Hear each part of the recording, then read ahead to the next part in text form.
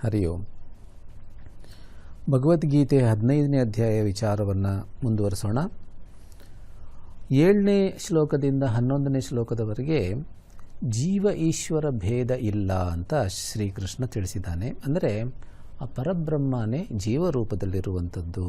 ಆ ರೀತಿ ಚಿತ್ ಮತ್ತು ಚಿದಾಭಾಸ ಈ ವಿಚಾರಗಳ ಮೂಲಕ ತಿಳಿಸ್ಕೊಟ್ಟಿದ್ದಾನೆ. ಈಗ 12ನೇ ಶ್ಲೋಕದಿಂದ 15ನೇ ಶ್ಲೋಕದವರೆಗೆ ಈಶ್ವರ ಜಗತ್ ಭೇದವೂ ಇಲ್ಲ ಅಂತ ತಿಳಿಸ್ಕೊಡ್ತಾ ಇದ್ದಾನೆ. ಈಶ್ವರನ ಒಂದು ರೂಪವೇ ಜಗತ್. ಇದನ್ನೇ ರಮಣ ಮಹರ್ಷಿಗಳು ಉಪದೇಶ ಸಾರದಲ್ಲಿ ಈ ರೀತಿ ತಿಳಿಸ್ತಾರೆ.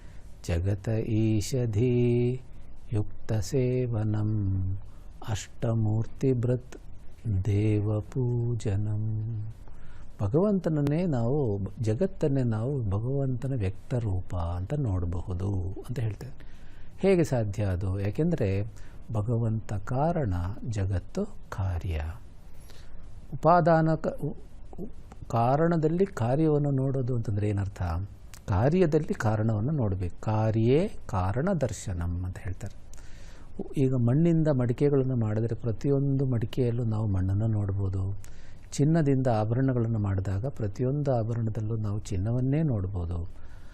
ಅಂದರೆ ಕಾರ್ಯದಲ್ಲಿ ಕಾರಣವನ್ನು ನೋಡೋದು. ಆ ರೀತಿ ಭಗವಂತ ಜಗತ್ತಿಗೆ ನಿಮಿತ್ತ ಕಾರಣವೂ ಅವನೇ, ಉಪಾದಾನ ಕಾರಣವೂ ಅವನೇ. ಅಭಿನ್ನ ನಿಮಿತ್ತ ಉಪಾದಾನ ಕಾರಣ ಅಂತ ಹೆಸರು ಭಗವಂತನಿಗೆ.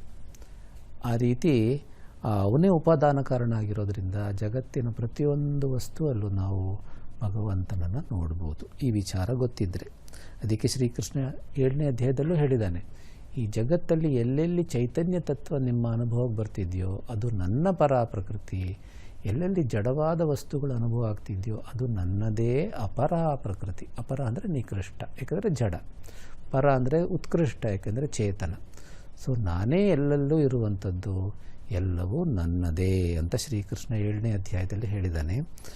ಪರಾಪ್ರಕೃತಿ ಅಪರಾಪ್ರಕೃತಿಯನ್ನು ವಿವರಿಸುವಾಗ ಸೊ ಇದೆಲ್ಲ ಕೂಡ ಅಪರಾಪ್ರಕೃತಿ ಅನ್ನೋ ದೃಷ್ಟಿಯಿಂದ ನಾವು ನೋಡಿದಾಗ ಈ ಶ್ಲೋಕಗಳೆಲ್ಲ ಅರ್ಥ ಆಗುತ್ತೆ. 12ನೇ ಶ್ಲೋಕದಲ್ಲಿ ಹೇಳ್ತಾ ಇದ್ದಾನೆ, ಯದಾದಿತ್ಯಗತಂ ತೇಜ ಜಗದ್ಭಾಸಯತೆ ಕಿಲಂ ಯಚ್ಚಂದ್ರಮಸಿ ಯಚ್ಚಾಗ್ನೌ ತತ್ತೇಜೋ ವಿದ್ಧಿ ಮಾಮಕಂ. 12ನೇ ಶ್ಲೋಕದಲ್ಲಿ ಅಂತ ಹೇಳ್ತಾ ಇದ್ದಾನೆ, 3 ತೇಜಸ್ಸಿನ ಬಗ್ಗೆ ಹೇಳ್ತಾ ಇದ್ದಾನೆ. 3 ತೇಜಸ್ಸು ಯಾವುದು? ಆದಿತ್ಯಗತಂ ತೇಜ, ಆಮೇಲೆ ಚಂದ್ರನ ತೇಜಸ್ಸು ಮತ್ತು ಅಗ್ನಿಯ ತೇಜಸ್ಸು. ಇದನ್ನು ಉದಾಹರಣೆಯಾಗಿ ಹೇಳ್ತಾ ಇದ್ದಾನಷ್ಟೇ. ಎಲ್ಲವೂ ನಾನೇ ಅಂತ ಹೇಳೋಕ್ಕೆ ಹೊರಟಿರೋದು. I am everything. ಇದನ್ನು ಅರ್ಥ ಮಾಡ್ಕೊಬೇಕು. ಆದರೆ ಅದಕ್ಕೆ ಉದಾಹರಣೆಗಳನ್ನು ಕೊಡ್ತಾ ಇದ್ದಾನೆ. ಸೊ ನಾವು ಜಗತ್ತನ್ನು ನೋಡುವಾಗ ಸುಮ್ಮನೆ ಯಾವುದೋ ಒಂದು ವಸ್ತು ಇದೆ ಆ ರೀತಿ ನೋಡಿದ್ರೆ ನಮ್ಮಿಂದ ಭಿನ್ನವಾಗಿ ಅದು ಸರಿಯಾದ ದೃಷ್ಟಿ ಅಲ್ಲ, ಅದು ಅಜ್ಞಾನದ ದೃಷ್ಟಿ. ಅದು ಭಗವಂತನ ರೂಪ ಅಂತ ನೋಡಬೇಕು. ಒಬ್ಬ ಹುಡುಗ ಸುಂದರವಾಗಿ ಹಾಡ್ತಿದ್ರೆ ಎಷ್ಟು ಅದ್ಭುತವಾಗಿ ಹಾಡ್ತಾನೆ ಅಂತ ನೋಡಿ ನಾವು ವಿಸ್ಮಯಕ್ಕೊಳಗಾಗ್ತೀವಿ. ಅದು ಕೆಲವೊಮ್ಮೆ ಅಸೂಯೆಗೊಳಗಾಗ್ತೀವಿ. ಅದು ಹುಡುಗನೇ ಅಹಂಕಾರಕ್ಕೊಳಗಾಗ್ಬೋದು. ಆದರೆ ಇದು ಭಗವಂತನ ವಿಭೂತಿ ಅಂತ ನೋಡಿದ್ರೆ ನಮಗೆ ಭಕ್ತಿ ಜಾಸ್ತಿ ಆಗುತ್ತೆ, ಆನಂದ ಆಗುತ್ತೆ. ಅವು ಹುಡುಗನಿಗೂ ಅಧಿಕ ಅಹಂಕಾರ ಬರೋದಕ್ಕೆ ಸಾಧ್ಯವಿಲ್ಲ. ನಾವು ಅವನ ಜೊತೆ ಹೋಲಿಕೆ ಮಾಡಿಕೊಂಡು ನನಗೆ ಹಾಡೋಕ್ಕೆ ಬರಲ್ಲ ಅಂತ ಬೇಜಾರು ಮಾಡ್ಕೊಳ್ಳುವಂಥದ್ದಲ್ಲ. ಎಲ್ಲರೂ ಭಗವಂತನ ವಿಭೂತಿಗಳೇ, ಎಲ್ಲ ವಸ್ತುಗಳು ಎಲ್ಲವೇ. ಆದರೆ ವಿವರಿಸುವಾಗ ಕೆಲವು ವಿಶೇಷವಾದ ವಸ್ತುಗಳನ್ನು ಶ್ರೀಕೃಷ್ಣ ಕೊಡ್ತಾ ಇದ್ದಾನೆ. 10ನೇ ಅಧ್ಯಾಯದಲ್ಲೂ ನೋಡ್ಬೋದು ನಾವು ಆ ಥರ ವಿಚಾರವನ್ನು. 7ನೇ ಅಧ್ಯಾಯದಲ್ಲೂ ನೋಡ್ಬೋದು, 9ನೇ ಅಧ್ಯಾಯದಲ್ಲೂ ನೋಡ್ಬೋದು ವಿಭೂತಿಯ ವಿಚಾರ. ಅದನ್ನೇ ಇಲ್ಲಿ ತಿಳಿಸ್ಕೊಡ್ತಾ ಇದ್ದಾನೆ. ಇಲ್ಲಿ ವಿಭೂತಿಗಳಾಗಿ ಚಂದ್ರನ ತೇಜಸ್ಸು, ಅಗ್ನಿಯ ತೇಜಸ್ಸು ಮತ್ತು ಸೂರ್ಯನ ತೇಜಸ್ಸು, ಈ 3 ತೇಜಸ್ಸನ್ನು ಇಲ್ಲಿ ಉದಾಹರಣೆಯಾಗಿ ಕೊಟ್ಟಿದ್ದಾನೆ ಶ್ರೀಕೃಷ್ಣ. ಜಗದ್ಭಾಸಯತೆ ಅಖಿಲಂ, ಇಡೀ ಜಗತ್ತನ್ನು ಅದು ಬೆಳಗತ್ತೆ ಸೂರ್ಯ. ಆ ರೀತಿ ತೇಜಸ್ಸದು ಸಾಮಾನ್ಯ ತೇಜಸ್ಸಲ್ಲ, ಭಗವಂತನ ವಿಶೇಷವಾದಂಥ ವಿಭೂತಿ. ಚಂದ್ರಮಸಿ, ಚಂದ್ರನ ಶೀತಲ ಕಿರಣಗಳು ಕೂಡ ನಮ್ಮನ್ನು ಆಕರ್ಷಣೆ ಮಾಡುತ್ತೆ. ಅಗ್ನಿಯ ತೇಜಸ್ಸು, ಅಗ್ನಿ ಕೂಡ ನಮ್ಮ ಜೀವನದಲ್ಲಿ ಭಾಳ ಮುಖ್ಯವಾದಂಥ ಒಂದು ಪಾತ್ರವನ್ನು ವಹಿಸುತ್ತೆ. ಎಲ್ಲ ತೇಜಸ್ಸು ವಿದ್ಧಿ ಅಂದರೆ ಅರ್ಥ ಮಾಡ್ಕೋ, ಮಾಮಕಂ ಅದೆಲ್ಲವೂ ನನ್ನ ವಿಭೂತಿಗಳೇ, ನನ್ನ ತೇಜಸ್ಸೇ, ಎಲ್ಲದರಲ್ಲೂ ನೀನು ನನ್ನನ್ನೇ ನೋಡಬೇಕು ಅಂತ ಶ್ರೀಕೃಷ್ಣ ಹೇಳ್ತಾ ಇದ್ದಾನೆ. ಮೊದಲನೇದಾಗಿ ಆ ಸೂರ್ಯನ ತೇಜಸ್ಸಿನ ಬಗ್ಗೆ ಹೇಳ್ತಾ ಇದ್ದಾನೆ. ಗಾಮಾವಿಶ್ಯಚ ಭೂತಾನಿ ಧಾರಯಾಮಿ ಅಹಂ ಓಜಸ. ಓಜಸ್ ಅಂದರೆ ಶಕ್ತಿ, ಎನರ್ಜಿ. ಸೊ ಸೂರ್ಯನ ಶಕ್ತಿಯಿಂದ ಎಲ್ಲರನ್ನೂ ಭೂಮಿಯಲ್ಲಿ ಸೂರ್ಯಪ್ರಕಾಶ ರೂಪದಲ್ಲಿ ಅವನು ಪ್ರವೇಶ ಮಾಡಿ, ಗಾಮಾವಿಶ್ಯ ಅಂದರೆ ಭೂಮಿಯನ್ನು ಪ್ರವೇಶ ಮಾಡಿ, ಭೂತಾನಿ ಧಾರಯ, ಭೂತಾನಿ ಅಂದರೆ ಎಲ್ಲ ಜೀವಿಗಳನ್ನು, ನಾನು ಜೀವಿಗಳು ಮಾತ್ರ ಅಲ್ಲ, ಎಲ್ಲ ವಸ್ತುಗಳು ಭೂಮಿಯಲ್ಲಿರುವಂಥದ್ದನ್ನು ನಾನು ಧಾರಯಾಮಿ, ಸಪೋರ್ಟ್ ಮಾಡ್ತಾ ಇದ್ದೀನಿ. ನಾನಿರೋದ್ರಿಂದಲೇ ಎಲ್ಲ ನಡೀತಾ ಇರೋದು. ಆ ಸೂರ್ಯನ ಬೆಳಕು, ಸೂರ್ಯನ ಕಿರಣಗಳು, ಸೂರ್ಯನ ಬಿಸಿ, ಇದರಿಂದಲೇ ನಾವು ಬದುಕ್ತಾ ಇರೋದು ಅಂತ ಇಲ್ಲಿ ನಾವು ಅರ್ಥ ಮಾಡ್ಕೊ. ಅಹಂ ಓಜಸ, ಓಜಸ್ ಅಂದರೆ ಶಕ್ತಿ. ಅದೇ ರೀತಿ ಸೋಮ ಅಂತಂದರೆ ಚಂದ್ರನ ಪ್ರಕಾಶ. ಚಂದ್ರನ ಪ್ರಕಾಶಕ್ಕೆ ಹೆಸರು ಸೋಮೋ ಭೂತ್ವ. ಚಂದ್ರಪ್ರಕಾಶ ಅನ್ನುವಂಥದ್ದು ಪುಷ್ಣಾಮಿ ಓಷಧೀಹಿ. ಪುಷ್ಣಾಮಿ ಅಂದರೆ ಪೋಷಣೆ ಮಾಡ್ತೀನಿ. ಯಾವುದನ್ನು ಪೋಷಣೆ ಮಾಡ್ತೀನಿ? ಚಂದ್ರಪ್ರಕಾಶದ ರೂಪದಲ್ಲಿ ನಾನು ಎಲ್ಲ ಗಿಡಮರಗಳನ್ನು, ಗಿಡಮೂಲಿಕೆಗಳನ್ನು ಎಲ್ಲವನ್ನು ಪೋಷಣೆ ಮಾಡ್ತಾ ಇದ್ದೀನಿ. ಚಂದ್ರನ ಪ್ರಕಾಶ ಅದಕ್ಕೆ ಪೋಷಣಾ ಶಕ್ತಿ ಇದೆ ಅಂತ ಹೇಳ್ತಾರೆ.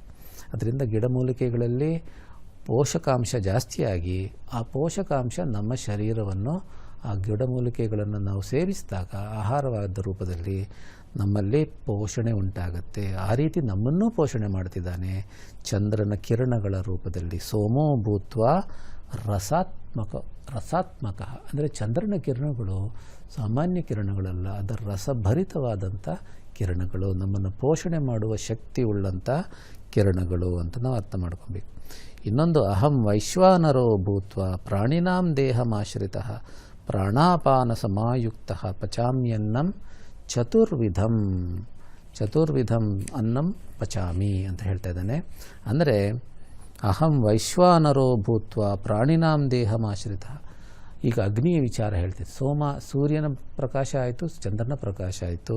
ಈಗ ಅಗ್ನಿತತ್ವ, ಈ ಅಗ್ನಿತತ್ವ ನಮ್ಮ ದೇಹದಲ್ಲೇ ಇದ್ದು ನಾವು ತಿನ್ನುವಂಥ ಆಹಾರವನ್ನೆಲ್ಲ ಡೈಜೆಸ್ಟ್ ಮಾಡುತ್ತೆ. ಅದನ್ನೆಲ್ಲ ರಕ್ತವಾಗಿ, ಮಾಂಸವಾಗಿ ಪರಿವರ್ತನೆ ಮಾಡಿ ನಮ್ಮ ದೇಹವನ್ನು ಬೆಳೆಸುತ್ತೆ. ವೈಶ್ವಾನರ ಅಗ್ನಿ. ಈ ವೈಶ್ವಾನರ ಅಗ್ನಿಗೆ ಇನ್ನೊಂದು ಹೆಸರು ಸಮಾನ ಪ್ರಾಣ ಏನಿದೆ ಅದು ಚೆನ್ನಾಗಿ ಕೆಲಸ ಮಾಡಿದ್ರೆ ನಾವು ತಿನ್ನುವಂಥ ಆಹಾರ ಎಲ್ಲ ಚೆನ್ನಾಗಿ ಜೀರ್ಣ ಆಗುತ್ತೆ.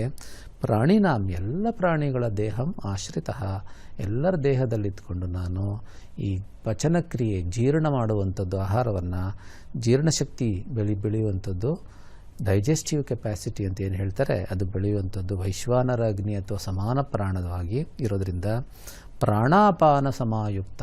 ಇಲ್ಲಿ ಪ್ರಾಣಾಪಾನ ಅಂತಂದರೆ ಉಸಿರನ್ನು ತಗೊಳ್ಳುವಂಥದ್ದು, ಉಸಿರನ್ನು ಬಿಡುವಂಥದ್ದು. ಇದು ಚೆನ್ನಾಗಿ ನಡೆದರೆ ಸಮಾನ ಪ್ರಾಣ ಚೆನ್ನಾಗಿ ಕೆಲಸ ಮಾಡುತ್ತೆ. ಉದಾಹರಣೆಗೆ ನಾವು ವ್ಯಾಯಾಮ ಮಾಡಿದ್ರೆ ಉಸಿರಾಟ ಚೆನ್ನಾಗಿರುತ್ತೆ, ಉಸಿರು ಒಳಗೆ ಹೋಗುವಂಥದ್ದು, ಉಸಿರು ಹೊರಗೆ ಬರುವಂಥದ್ದು.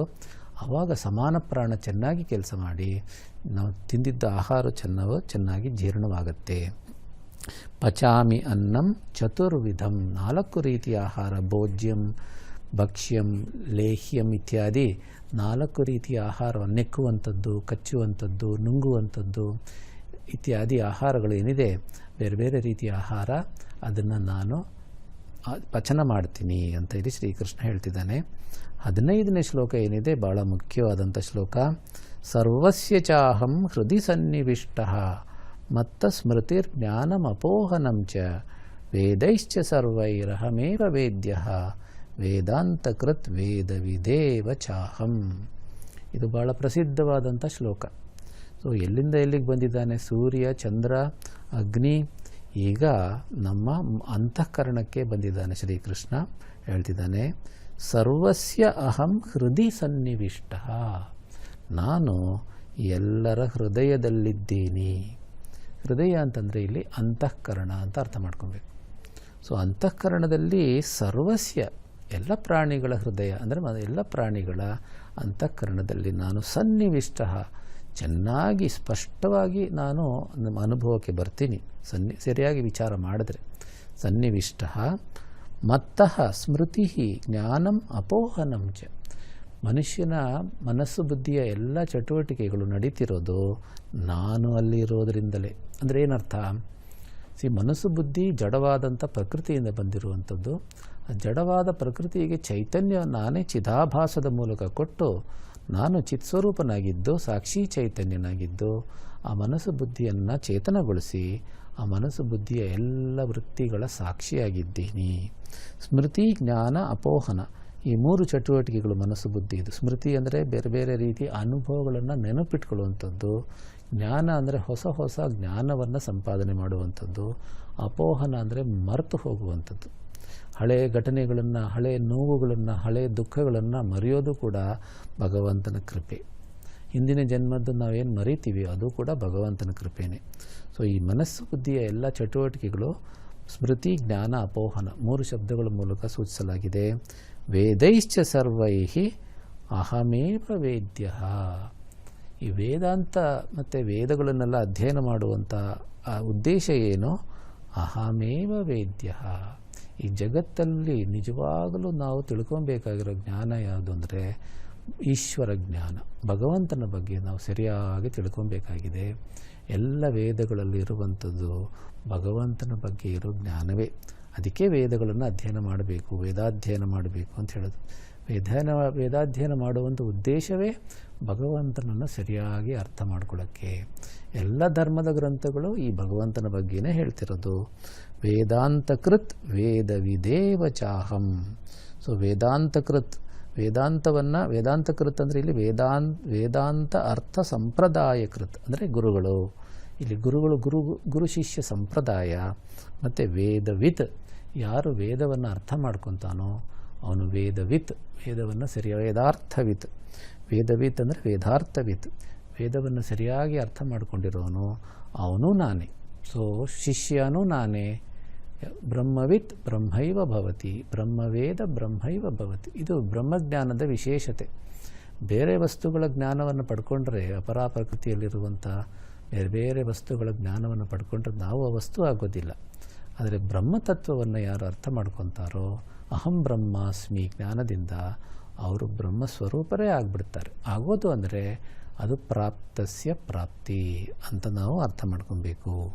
ಈ ರೀತಿ ಆ ಬ್ರಹ್ಮಜ್ಞಾನವನ್ನು ಪ್ರಾಪ್ತಿ ಮಾಡಿಕೊಂಡು ನಾವು ಬ್ರಹ್ಮಸ್ವರೂಪರಾಗಿ ಮುಕ್ತರಾಗಬೇಕು ಅಂತ ಶ್ರೀಕೃಷ್ಣ ಇಲ್ಲಿ ಹೇಳ್ತಾ ಇದ್ದಾನೆ. ಹರಿ ಓಂ.